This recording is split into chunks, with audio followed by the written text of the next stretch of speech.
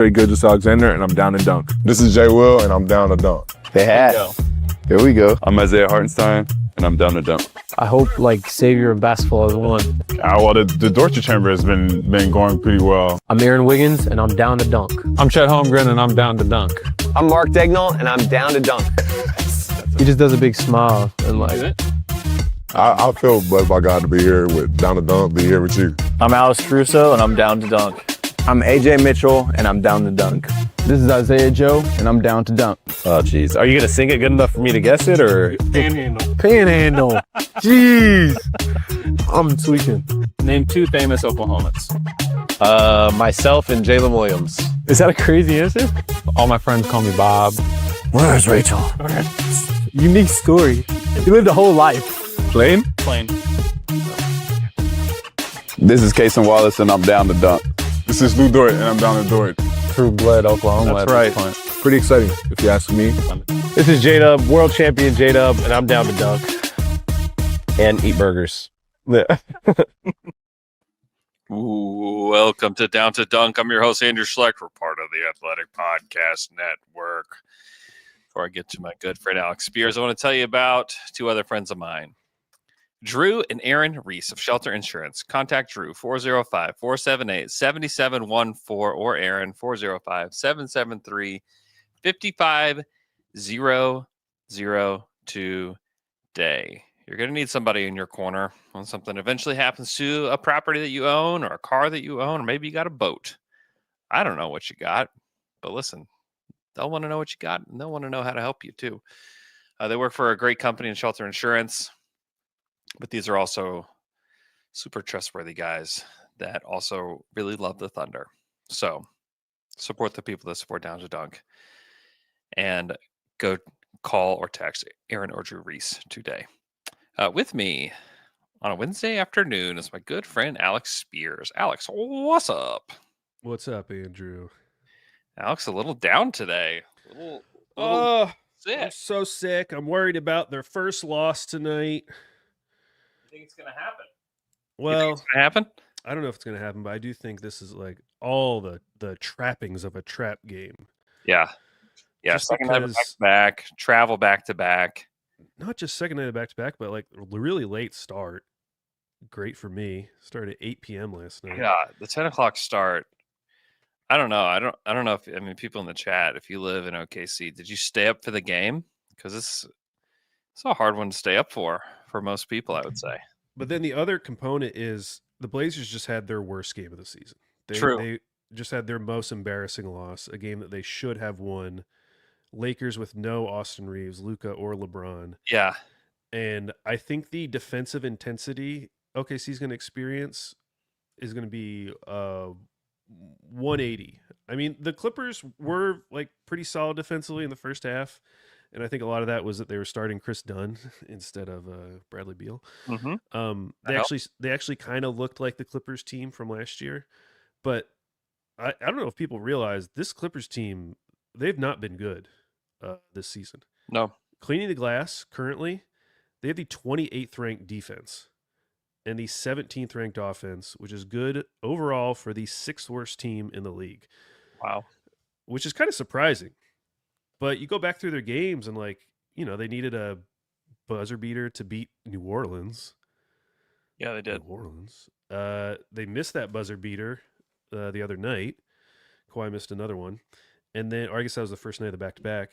And then last night, they just ran into an ultimate Thunder buzzsaw in the second half, where not only were they hitting their shots, they were also causing incredible amounts of turnovers, getting in transition all the time. And by the end of that game, the rebound advantage was gone. In the first half, you kind of felt like, man, they're getting a lot of offensive rebounds, getting these second chance shots. Harden's just electric. He is making every single thing he's taking. And I was shocked by the end of the game to look at the rebounds, and it's 42-40, offensive rebounds 10-8. It was even. Yeah. They dominated them in that second half. Yeah, if the Clippers didn't get off to this kind of fake 16-4 start, where it was just all shot making from the Clippers, if that didn't happen, this would have Shea may not have played in the second half at all. Like, I don't know. Well, that's the crazy thing. They shot really well. They shot 18 of 43 from 3. Yeah. Like, if they had shot 35%, I mean, this would have been like a 30-point blowout. Yeah, that's true. That's true. I don't disagree with that. I don't disagree with that at all. Is there a way for you to turn up your mic a little bit, Al? Anyways, I enjoyed watching NBC. That's the first time that I watched the Thunder on NBC, and just kind of hearing their analysis. I thought they did a good job. They really talked less about free throws and more about just like how fun the Thunder offense was. And it was really fun last night. That was a genuinely fun game to watch. Like defensively, offensively, like they just play really good basketball. Like that's the thing that if you're left thinking about like free throws or style of play that you don't like, it's like you're not really watching, you're just looking at Twitter, because that was an outrageously like fun team to watch. Like a lot of stuff in transition, the ball is pinging around. There's the play where Hartenstein throws the ball under his legs to Caruso in the corner. Like it's just really fun basketball to watch. They're so connected. Now you're completely muted. Now I can't hear you at all. Can you hear me now? Yeah, I got you. That play, which was set up by AJ Mitchell drive. Yeah. I mean, that's like, like a Showtime play, and it involved none of the Thunder's best players. Like it involved 2 bench players and their starting center. They are so connected. And even in that first half, when it wasn't looking great, I honestly, I thought their process was pretty good. Like I mentioned this last week, but I feel like the way they're attacking the zone is so much better than last season. Like they are not just throwing around the zone. They are throwing passes into the zone, trying to break it down on every single possession. Mm-hmm. And there was a couple plays in that first quarter that didn't end well. Like it ended with a bad pass turnover, I think, at both times. But the sequence of passes that led to that were really good. Like the process was good. It was not them just passing around the perimeter hoping that something happens until somebody just jacks up a 3. Mm-hmm. So, yeah, I think this team is just, I mean, they're a machine right now. Yeah. Yeah, and like the bench was very good. Adding just a dynamic offensive player to the bench in AJ. I know AJ hasn't had like his best games the last couple, but just having a guy that can get a paint touch and help other guys get good shots is incredibly important. And it makes the bench so much stronger, because before it felt like, guys are just kind of taking turns having good games here and there. But now it feels like, they're just kind of a more cohesive unit now that you have this guy that can kind of break things down for you. And even though like Dub can do that as well, just having an additional guy, and when Topic comes back, they'll have even one more guy that can do that kind of stuff. So it's just the Thunder just have this other level to go to. We're seeing glimpses of it. We haven't seen the whole thing because we haven't seen the whole team yet. But just having a dynamic offensive player like that, while he wasn't super effective shooting the ball yesterday, it's just he raises their offensive floor. Like it just can only look so bad when he's out there, because like in the past, if you tried to run out some of these lineups, it's like you said, you're just kind of hoping that someone catches fire. But when AJ's out there, it just feels like, okay, at least there's some like base level of good offense being run. And maybe they miss their shots. It's not always going to work out, but you just feel more confident that they're not going to go through these long spells of not scoring. Mm-hmm. Yeah. Yeah, totally. And then on the flip side, like similar to what they did last year, but they can just turn and go on these runs. I think it was a 17-0 run last night where they start getting out in transition and turning you over. Like you're dead, especially a team as old as the Clippers. Yeah. Yeah, this has happened the last couple games where it's been like the game has been kind of in the balance at the start of the fourth quarter when Shea's not there, and they just like completely slammed the door shut. They had like their avalanches in the third quarter as well. Like they had a 9-0 run where they were down 5 to the Clippers, and then they ended up being up 4 after a 9-0 run. Then they kind of went back and forth until the end of the third quarter in which the Thunder were up 8, but they started up 8, and then they went on a 23-6 run. Where it was just like, yeah, this game is absolutely over, and they Yeah. were so overwhelming to the Clippers. And during that run, I mean, it was just really impressive. Like, scored in so many ways. Like, they hit 3 threes. They like got to the hoop. They played in transition. It wasn't a lot of free throws. I think it was only 2 free throws during that stint. And none of them were. I actually don't think there were any fast break point, like technical, like fast break points. There were second chance points. It was just like pure execution. As part of that offensive and defensive, and all without Shea out there. Shea was phenomenal last night too. Shea was so good, and yet it's when he was off the court that they just slammed the door shut on the Clips. Yeah, Michele was talking about the on-off numbers and how everyone was just kind of like hovering around neutral, which is that's crazy. Like, you just don't see that for a team that's 8-0. You might see that for a team that's 4-4, but it is really impressive what they're doing right now, and of course without J-Dub. Mm-hmm. But yeah, they scored 34 points off of 19 Clippers turnovers last night. Yeah, which is just dominant, and I just feel like they have been. I'm going to check the numbers, so I feel like they've been more efficient in transition this season. So last year, their points per transition play ranked 11th in the league, 127.2 points per transition play. What do we think it is this year, Andrew? I actually don't know. I'm looking it up right now. Oh my gosh, it's number 1 in the league, 152.1. 152 points per 100 transition plays. Number 2 in the league is the Knicks at 139. There's like a massive. So yes, they're being incredibly efficient, unsustainably in transition. Yeah. Although what is also unsustainable is that they have the third lowest frequency of transition plays. In the league right now. That's ticking up though. It was dead last. And some of it was, and I asked Mark about it, and some of it was, he thought just the close games they played in. Whenever you're playing in blowout games, it's more likely you're going to have a lot of those transition plays. When you're playing slow, close games, it's like every possession is like you're grinding it out. And so and that's kind of how they started their season, which is a little bit unfamiliar. Like, seeing that game last night was like a much more familiar game for OKC. Where it's like, yeah, there's some back and forth in the first half, and then the Thunder outscored the Clippers 38-29 in the third, and then 32-21 in the fourth, and it was just completely over. Yeah. I've been impressed with some of these transition plays where it'll just be kind of like a one-on-one situation. Mm-hmm.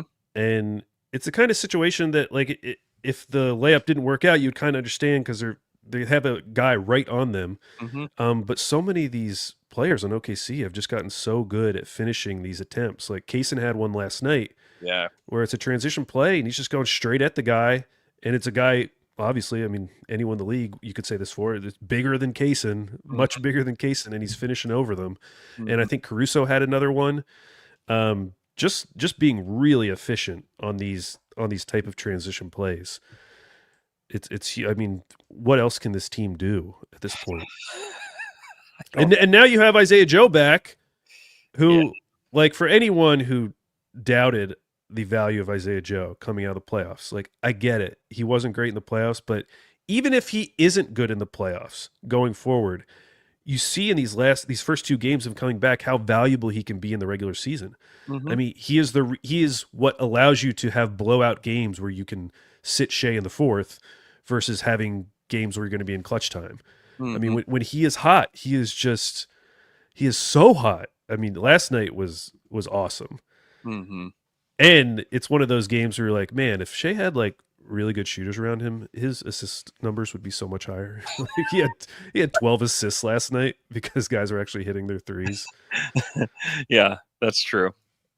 Yeah, just having a floor spacer like that like his job is to make threes, and he's taking a variety of threes where, like, yeah, he didn't play well in the playoffs, but you kind of have like hope that he will find a way You know, like he had some effective games. It's. I think that when we think back on it, we think like, oh, he didn't have any. Like he was a huge part of why they swept Memphis. You know, Yeah. and so just getting him a variety of threes, getting him confident, like he's got to continue to be better as a defender. But when and like some of those threes last night were like really deep threes, like 4 feet behind the line type of threes. And when it in space like that, where it's not just like I'm standing on the line or I'm standing in the corner, but you can space all the way out to where you're 4 or 5 feet beyond the 3-point line. That's a whole different level of spacing. He also hit the one that was like off the dribble, like took 2 dribbles in, stepped back, drained the 3. I think that put them up 6 in the third quarter. Yeah, it's incredibly helpful to have these guys. Like a lot of the good teams have these like 3-point specialist guys, and Isaiah Joe's on an incredible contract, and he's been really, really good for OKC. Yeah, that deep one at the end of I think it was the first quarter, they cut the lead 2-10. Yeah. Like, I just felt in that first quarter, like they're playing fine. Like I actually thought the shots they were getting were fine. Mm-hmm. And I just figured, well, eventually they'll start hitting them. And then he hits a shot like that. And it's like, okay, yeah, we need something like that. Mm-hmm. Because that was kind of I'm not a lucky shot, but not one that you would normally expect. Yeah. But yeah, that was just a dominant performance. And the Clippers, I don't know, man. I've watched a couple of their games now, and I can't tell if it's just like this team's old, they're going to take their time like rounding into form, versus like, man, this team is old. Yeah. And slow. And I mean, Hartenstein mentioned it in the post-game interview. It's like, yeah, our goal was just to like just pick up the pace constantly. And like that's what you have to do against a team like this. Yeah, and the Thunder looked like they were like in like you're hitting like the fast forward button whenever they had the ball. Whereas like the Clippers, like they kind of have to play slower, because even like they're like Zubats is one of their younger guys, but he's really slow. Right. I mean, there's the stat where the Thunder made every single shot in the restricted area last night, which like some of that is certainly Zubats, but I mean, and it's not like a low number. They made 18. I know. 18 shots in the restricted area. Like that tells you something. A lot of that, some of that's transition, certainly, but boy, like the Thunder were able to just kind of get whatever they wanted. I know in the first half, I was thinking, I feel like the Clippers are doing like a pretty good job of like keeping them away from the rim. And then I went and looked at Clean the Glass afterwards, and like the frequency of rim attempts was lower. It was like 23%. I was like, okay, maybe they did. And then I that was when I realized, oh my gosh, they hit 18 of 18. Yeah. Like what shots they did get at the rim, they hit every single one. It's nuts. Yeah, so I don't know. The Clippers, like, first of all, Kawhi looks pretty good. He didn't play last night. It would have been a different game. It feels like they need Chris Dunn to kind of recapture anything close to the defensive magic that they had last year. I mean, they were a really good defensive team last year. Uh-huh. But like he obviously hurt you offensively, and you kind of need that Harden game that you at least saw in the first half. Like you need Harden to do that for it all to make sense, especially with Kawhi out. So yeah, that first half, yes, they look good, but it did not feel sustainable at all. Yeah, you kind of know it when you see it watching games where it's like, is this shot making or is this like process? That's happening before you. Yeah. And as soon as they cleaned up like the rebounding and then started getting turnovers, like it was over. It was over. Yeah. Got 3 big-to-big lob slams last night. Dude, the one from Chet where he's like beyond the nail. Yeah. Like that's one of the best lob passes we've seen in recent years. That is such a high degree of difficulty pass, I feel like. It was really fun. He's throwing it over a defender who's on him, trying to hit a like very specific point where Hartenstein will be able to grab it. Uh-huh. And he's kind of like hook shotting it over there. Yeah, he was double teamed. And then just like you had like your traditional like, hey, we're having Chet run a pick and roll with the end being a lob slam to Isaiah Hartenstein. is just kind Yeah. of wild. Yeah. Yeah, it's a fun duo who were both really effective last night. You know, you'd want to see a little bit more aggression offensively from Chet. You only took 1 3. I'm not sure that he still looks like totally right. Yeah, he grabs his back on a lot of possessions. He does. And we'll see. The injury report has not come out yet for OKC. The Blazers, obviously, Scoot's out. Shaden Sharp is probable. Matisse is out. But yeah, OKC hasn't submitted yet. I would guess that Lou won't play based on the shoulder. Yeah. And then we'll see about Chet tonight. So yeah, it's kind of a big one against your Portland Trailblazers tonight. And if it ends tonight, they still have the best start in franchise history at 8-0. Yeah. Which is pretty cool. Especially when you consider everybody that's been out to this point. If you said like what's their record through 8 games, you'd have to be a complete homer to say 8-0. Yeah, I'm not like guaranteeing a loss. I just think this is their toughest game they've played so far. Even tougher than the Houston game, because the Houston game was like, that's their first time playing together, first time playing with Kevin Durant, and not having Fred VanVleet. Like, they're going to be figuring some stuff out in that first game. Yeah. This game, because of the back-to-back, Portland being so bad in their last game and losing that, and the way they play defense.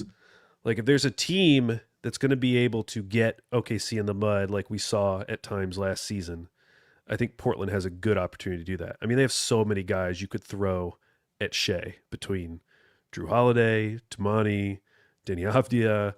Like, they'll have a big man in Donovan Clingan who's a good rim protector. I think it'll be their biggest challenge yet. Yeah, the Blazers, they've had kind of a weird season. Like they beat the Warriors like a drum. They lost to this Clippers team that we just saw. They beat the Lakers. They, beat the Jazz by only 2, and then they turn around and beat the Nuggets by 2, and then they lose to the Lakers.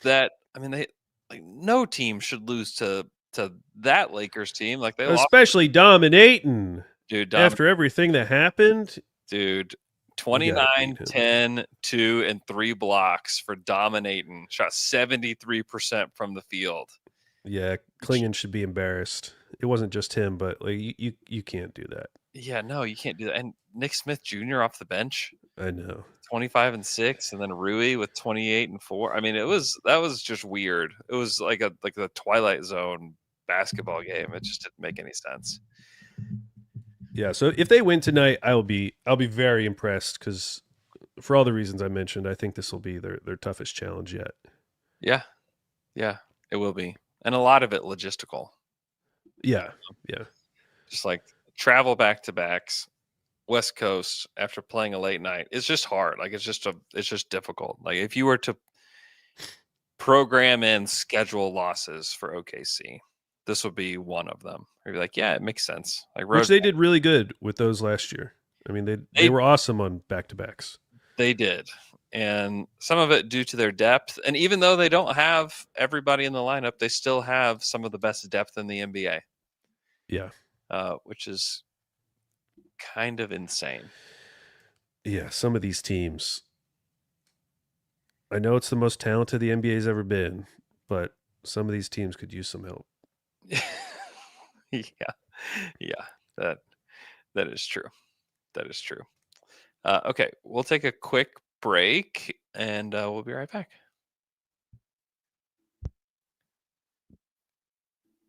And we're back after that quick break.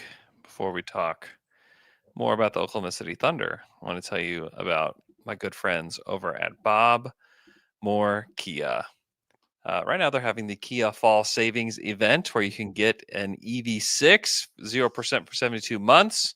You can also get the K4 car, very cool car, for $354 a month lease for 84 months on 10K miles per year, $3,499 due at signing. You can also get a Sorrento. I drove around a Sorrento for a little while, 0% for 48 months. Awesome vehicle. Would definitely recommend the Sorrento.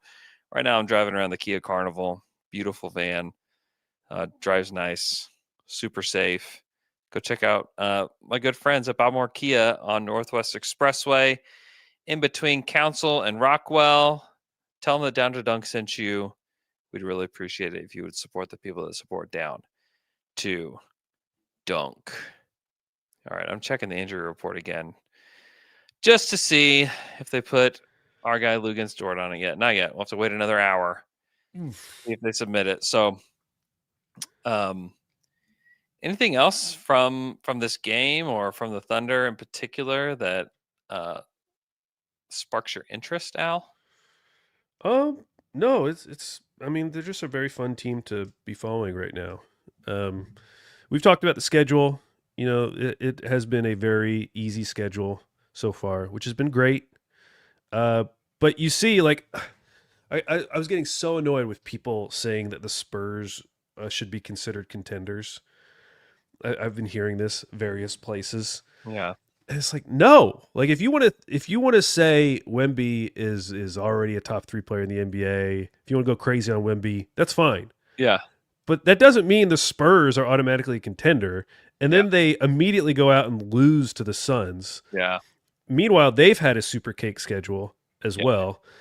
And I don't know. I just think that it's cool what they've done. I feel like people have realized that there's nothing else you can say about Wemby that is a hot take. And so you now have to expand it to the Spurs and be like, well, the Spurs could win everything this year. It's like, no, I don't think they could. No, they're not in the same class as Denver and Houston and OKC. Like, and for right now, I am putting Houston in that because I have been kind of impressed with them. But really, I'm focused on Denver and OKC. Like, they're not in that class in any way. No. Yeah, I mean, like, just to read their schedule aloud: Mavericks, Pelicans, Nets, Raptors, Heat. Those are their wins. And again, OKC has an easy schedule, but guess what? OKC won the championship last year. Okay, so we know that it's valid. Like, we know that it means something, or at least that, like, we're not going to be disappointed. Yeah, you know, this team is going to be good.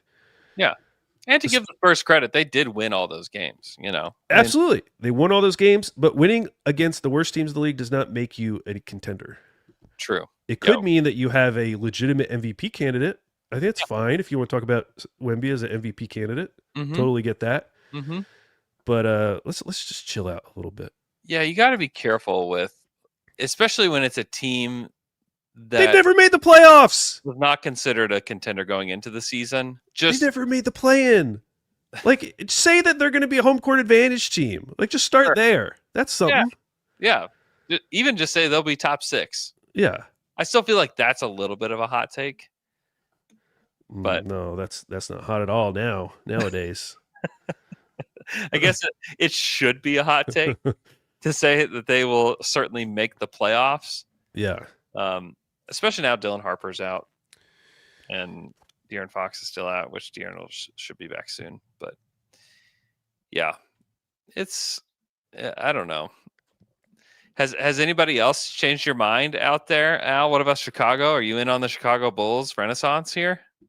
I mean, I think it's very exciting for their fans. Exciting for us personally. Yeah, because we not only did we choose the Bulls as surprise team, but I also picked Josh Giddey for first-time All-Star, and that feels like a lock right now. Dude, total lock. So I'm feeling good about that. But yeah, they've been really impressive because a couple of these games have come down to the wire, and they've closed them out. I mean, that Sixers game was crazy.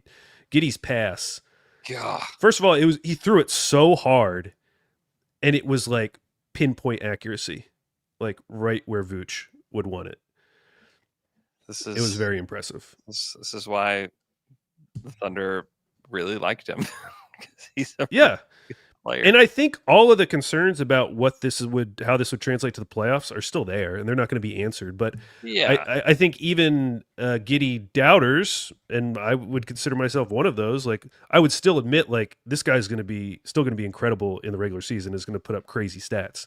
We still have to see how it translates to the playoffs when he is, like, leading a team. Yeah. But he's done things since leaving OKC that make you feel at least a little more confident. Like, his shot is just a little bit more reliable. Yeah. It's a lot more reliable. A lot more reliable, yeah. I mean, I still don't trust him as like a high volume 3-point shooter, but I trust him as a guy like, okay, maybe a team couldn't pull off what they were doing back in the day, like sticking Gobert on him, and if you can get around that, that's a huge jump to make. He's been, and I don't know that he's this. I don't know if he's going to shoot like this, but it's 4.5 attempts at 41.9%. And it goes back to last season. Like ever since that Zach LaVine trade, this is kind of who he's been. I know. 23, 10, and 9 is what he's averaging through 7 games.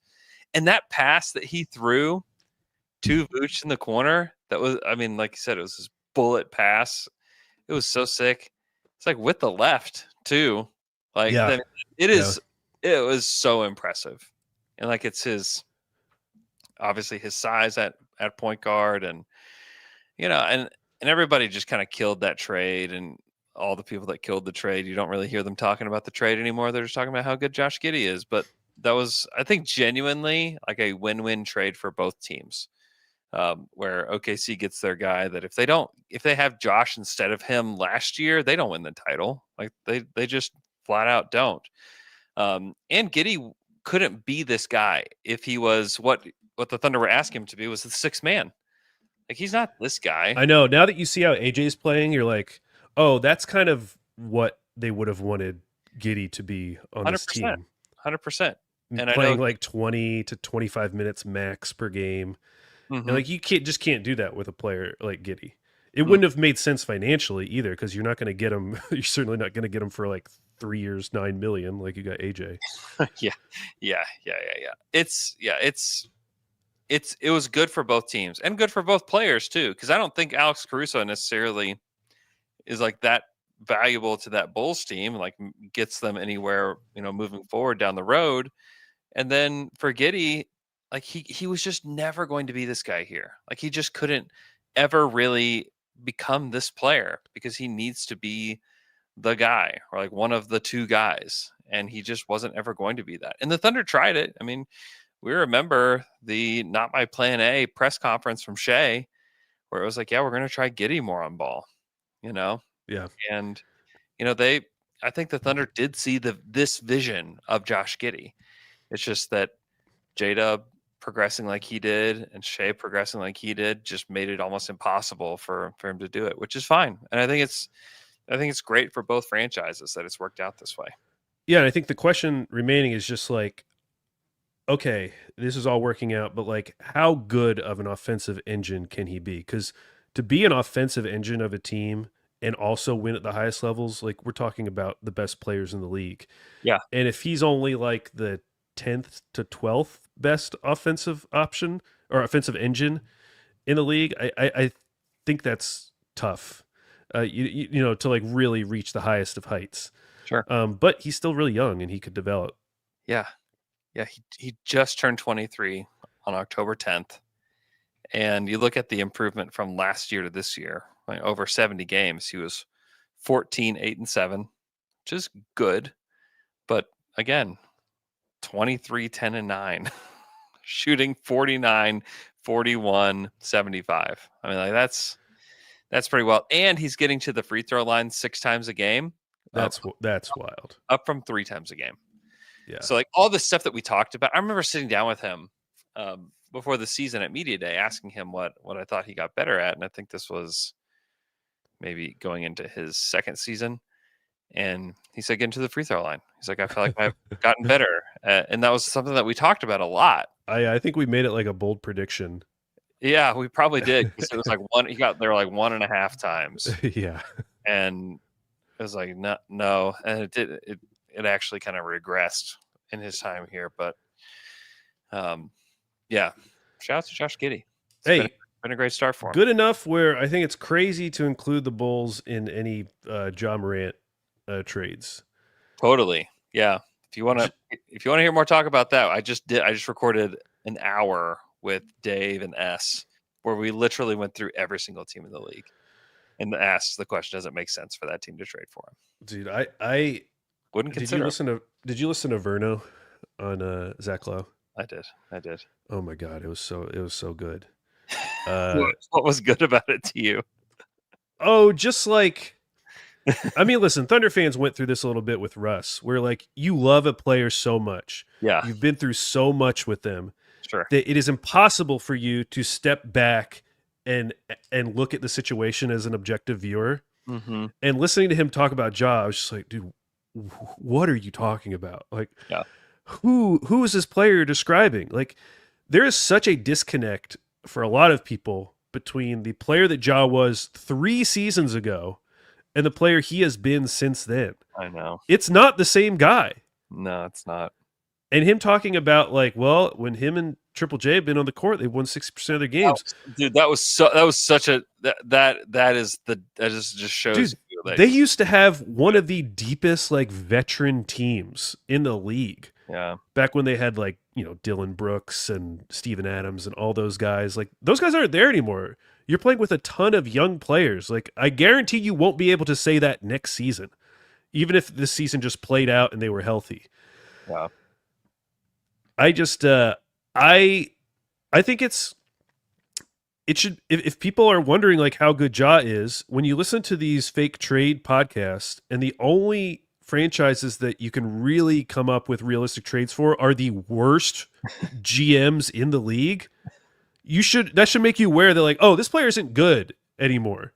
This player is not as good as everyone used to think about. If like you can only really come up with a Kings deal for Ja Morant that makes sense. Yeah. I like no good team is trading for Ja Morant. Yeah, the only ones that I think I really liked involved the Raptors and the Kings. I hate the Raptors. They have no shooting. Yeah, they have no shooting whether you had Ja or not. I know, but now you're tripling down on it by bringing on a guy who's making over $40 million a year. Yeah, I don't know. You're not going anywhere. I don't think they're going anywhere anyways. They aren't. So don't make it worse by trading for a guy with a massive contract. I don't think it makes it worse. I mean, they already have guys with massive contracts that are already. To me, it's just like whatever. Like you're already paying so much money for this team, you might as well make it. Like you might as well get like a real point guard. It's like all that I care about there. Yeah, I just feel like you can get a point guard somewhere else. Like wait for the Trae Young sweepstakes. Yeah, I don't know. I wouldn't want either one of them, honestly. I would much rather want Trae. Trae is a good basketball player and has been consistently like the same player for years and years now. And can like be the engine of a top offense. Yeah. I have no confidence that Ja can be the player he was 3 years ago. Consistently leads his team to 40 wins every year. And to say something nice about Ja, I was listening to, it was probably like Bill Simmons, and they were talking about Wemby, and he was just asking like, who are some of the players that over the years where you've just watched them and you're just seeing things you've never seen? I will say like peak Ja Morant, there were weeks where like he was doing highlights every night where I was like, I have never seen a guard do this. Like some of the blocks he had where his head is like above the rim. His athleticism when he was at his peak was crazy. And I think the ranking of him as like a top 10 player back at that time was entirely justified. Like he was so young still, and the Grizzlies were like a 56-win team or whatever. Like I thought all that was justified, but I just have not seen that player. You see like flashes of it, but I have not seen that player consistently for so long now. You know what his nickname is? Ja? No. G12.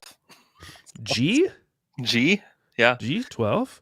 That's the only one that's on Basketball Reference for Ja. And I think Amick reported that the Timberwolves would, I don't know if he said they'd be interested, but they were just like aware of the situation. I don't know. Monitoring the situation. Yeah, something like that. And that Houston is not. It's like the Kings and the Wolves are interested. I mean, the Wolves would be like Tim Connolly made that Gobert trade. Everyone hated it. Yeah. It worked out. Then he made the Julius Randle trade. Everyone hated it. And it worked out. Yeah. This would really be impressive if he made a third trade like that, because no one would like it. I don't even know what the trade is. Somebody said you could do like Nas, Conley, and Dillingham. Ew. Which again, a huge hit to their shooting. Yeah. So, I don't know. I don't know what the answer is. I will say the Grizzlies are like in a pretty good situation. They are probably going to have 2 lottery picks in this draft. Yeah. And Cedric Coward looks good. Yeah. So like I don't think, and that Desmond Bane trade's looking incredible. Just because Bane looks bad. Yeah, well they just got so much back for a player that is just not doing well at all. Yeah. Getting ejected. Yeah, it's not looking good. Some of it is that like Orlando just doesn't have like a offensive organizer at all. Oh. What about Ja? I was gonna say, that was actually another one that we talked about. What is the deal? What can you make? I mean, Suggs? It'd have to be centered around Suggs, basically. Yeah. And if you're the Grizzlies, I think that you consider that. Yeah. I don't know that Orlando would. I don't know. No. I don't think that they would want the headache. Although they're like so locked in now. I know. With their cap sheet that I know.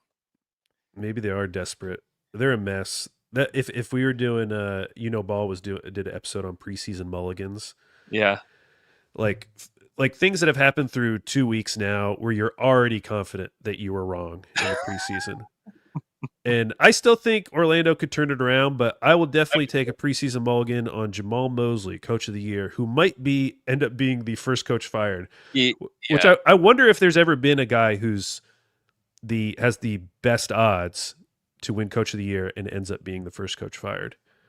That has to, because part of it is expectations. Like the expectation is that they're making a leap, and then when they don't make that had to have happened before, I would think. Yeah, you could do like Jalen Suggs and Jet Howard for Ja, and that works. Yeah. If I'm the Grizzlies, I think I probably do that.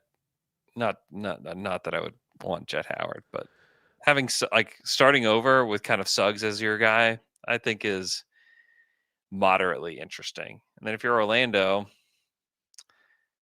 I don't know.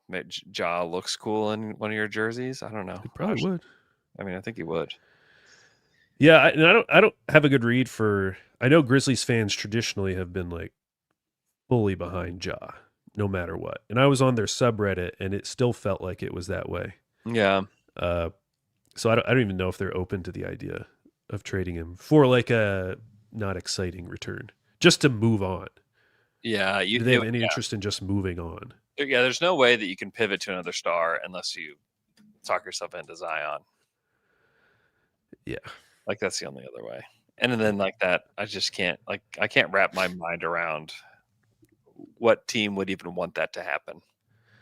They did get their first win. They did. Yes, they did. Congratulations. Yeah, now the team we're watching this week is the only remaining winless team. That's right. Yeah. Brooklyn Nets. I was so impressed with, I think it was Peacock on Monday. Mm-hmm. They had a Nets game.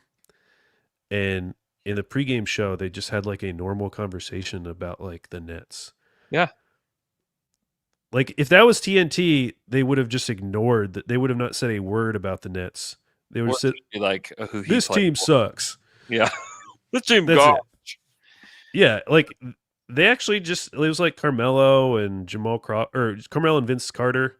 Yeah. Just having like a conversation about like how hard it is to have a good offense when all your ball handlers are rookies, basically.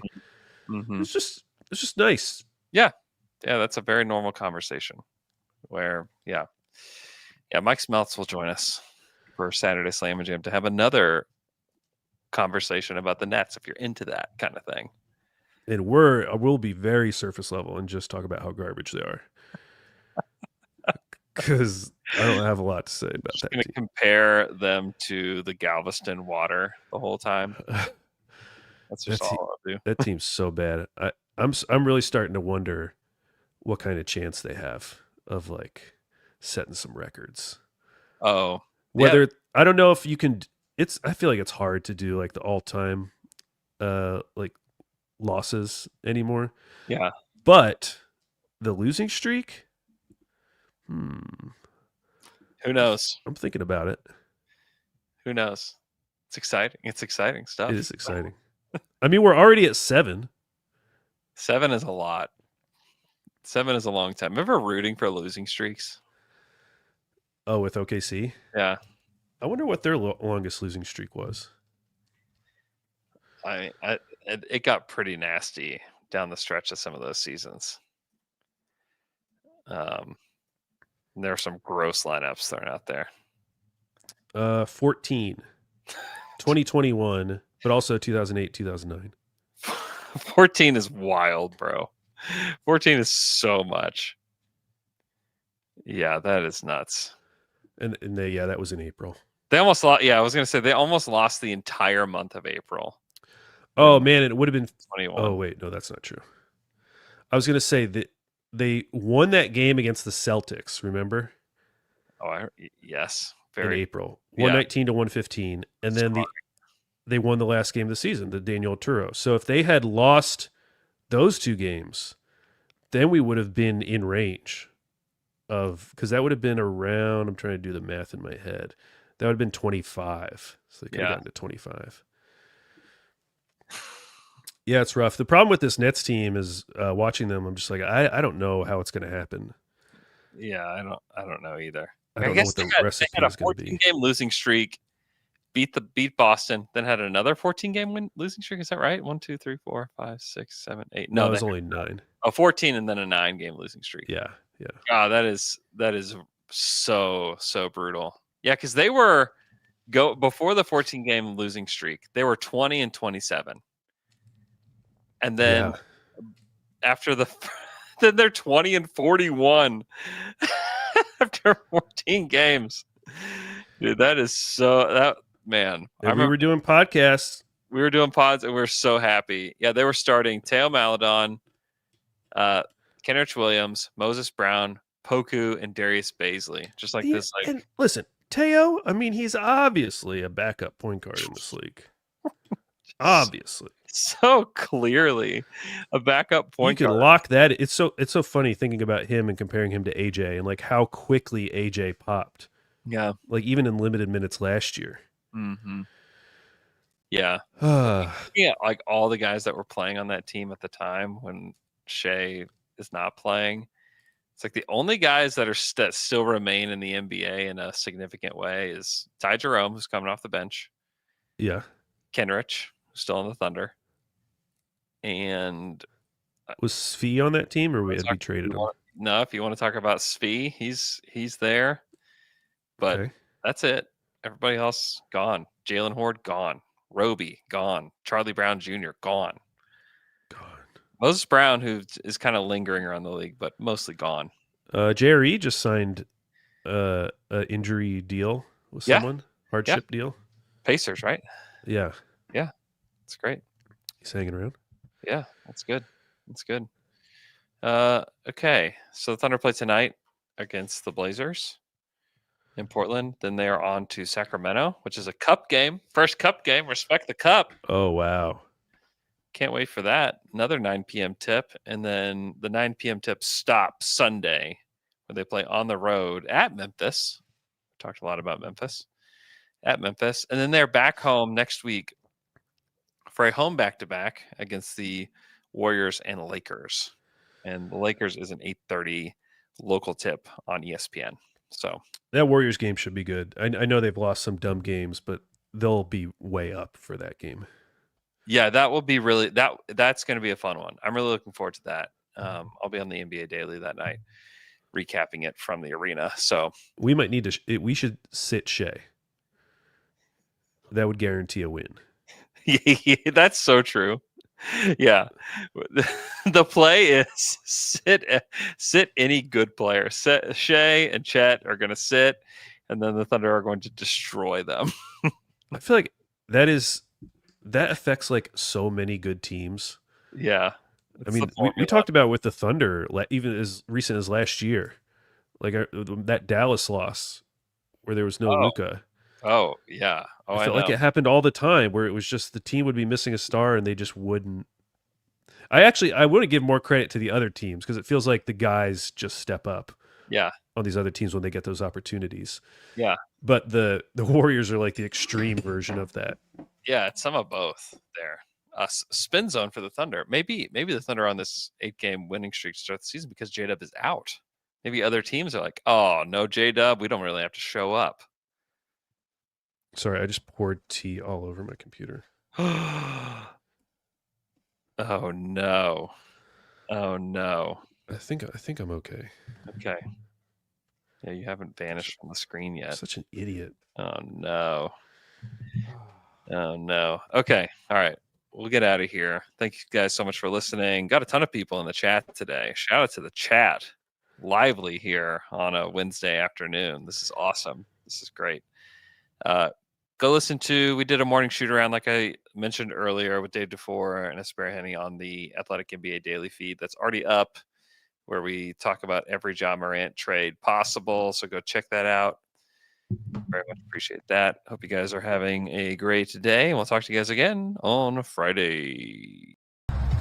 Until the dawn, until the dawn.